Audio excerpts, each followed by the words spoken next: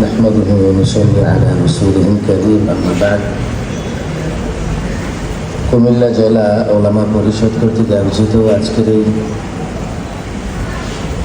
মহতী সেমিনারের মোহতারাম সভাপতি, আমন্ত্রিত ওলামায়ে কেরাম, আমরা একেবারে শেষ পর্যায়ে চলে এসেছি।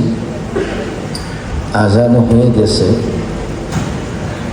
কর্তৃপক্ষ বলেছেন যে 10 মিনিট বিলম্ব হলে প্রোগ্রাম শেষ করা যায়, আর প্রোগ্রাম শেষ করেই আমরা নামাজ আদায় করব।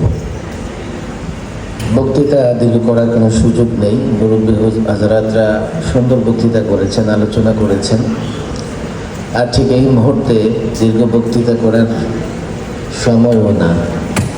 যত দ্রুত পারি প্রোগ্রাম শেষ করে আমাদেরকে সালাতুল মাগরিব আদায় করতে হবে।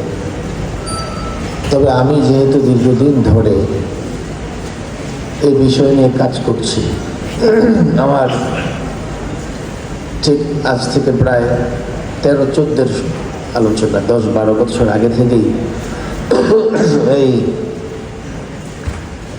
নারী অধিকার নামে যারা কাজ করে তাদের সঙ্গে নানা বিতর্ক, নানা টকশোতে আমি কথা বলেছি। আমি যা বুঝতে পারি, আমি যা বুঝতে পেরেছি কি চায় তারা আসলে। আর রিজালু কাওয়ামুনা আলা নিসা, আল্লাহ তাবারক ওয়া তাআলা পুরুষকে অভিভাবক বানিয়েছেন নারীদের জন্য। এখানেই তাদের বড় আপত্তি, পুরুষ কেন অভিভাবক হবে? সমান সমান থাকা লাগবে। যে আয়াতে আল্লাহ তাবারক ওয়া তাআলা পুরুষকে অভিভাবক বানিয়েছেন সেখানে বলে দিয়েছেন কেন বানিয়েছেন। বিমা ফাদ্দালাল্লাহু বা'দাহুম আলা বা'দ। 1 নম্বর, আল্লাহ তাবারক ওয়া তাআলা একজনকে অন্যজনের উপর মর্যাদা দিয়ে থাকেন নানাভাবে। পুরুষকে মর্যাদা দিয়েছেন মেধা, বুদ্ধি, ধৈর্য এবং কষ্ট সহিষ্ণু পুরুষ।